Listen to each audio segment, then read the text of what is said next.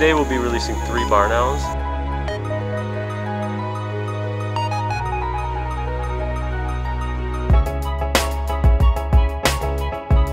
Damani from NEPA brought these 2 like fledglings, which are kind of like, you know, newly hatched barn owls, and man, that must have been maybe 4 months ago at least.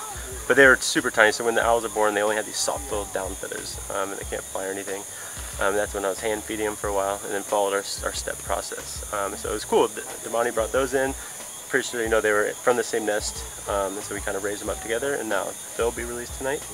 And then we have Powder, who's kind of became famous because I normally post a lot of stuff on Twitter, Rooster as well. And there was this lovely lady, Shella, Mama Shella on Twitter, and she sent out a message that there's this owl at her house and she didn't know what to do with it. So she reached out on Twitter, and then I went there, and then I see this big bundle of fluff ball, and we asked her what we're gonna call it. You want to call him Oli, Barney? No, not Oli. Let's call him Powder. Otis? Powder? Yes. Alright, Zoo, so this is going to name Powder, alright? And then we carried him here, contact Joey, and then Joey came out like a superhero without his shirt, hold it and give a long talk on Twitter. And then everybody fell in love with Powder on Twitter. So we just used Powder to tell everybody, because you know in Jamaican folklore, owl bring bad news. If you hear it screech, somebody got dead and all of that. But in Europe, owl bring good news, or if you watch Harry Potter, bring you the letters and something like that. So just trying to let people know that they are pretty cool birds. Don't harm them, and if you hear them screech, you're not gonna dead. usually it's better. A lot of people don't realize, you know, we get calls like, oh, you need to come get this owl. If it's possible, you want to get them back in the nest, if possible, because then the mom will take them, and then it's common for them to fall out. But this one, I think, it was kind of had an injured wing, and it was also, the nest was like 30 feet high. Like we couldn't even get to the nest. I raised him at my house for, he was in I have an extra bedroom in my house. It's kind of like the ICU.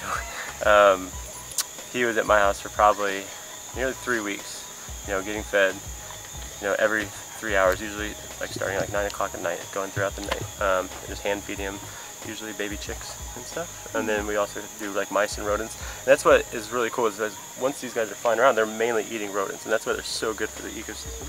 So they really act as just great rodent control for the wild, like the wild ecosystem, your farms, your house. You want these guys around your house, their property, because they help with all those rats and mice running around.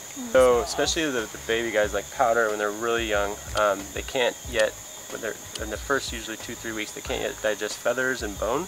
So we're pretty much feeding intestines, you know, viscera, and so pretty much, and chicks are usually good, but then when they're that young, you want baby mice intestines, just because there's higher nutrients and it's better for their bone growth and stuff. And so literally for the first few weeks for Powder, you know, I was getting a mixture of chicks and mice, you know, several times a night in my kitchen, you know, cutting them open, and then pretty much just collecting all the organs and feeding them, you know, testing all the liver and stuff. And that's what he would just get. And like what I would do is, I had some like kind of silver tongs, and I pretty much I was never like holding them, because these obviously are, like any of our rescue animals, we are totally hands off with them as much as possible, because we don't want them to get habituated to humans. You know, we want them to be, you know, fearful of humans like they would in the wild.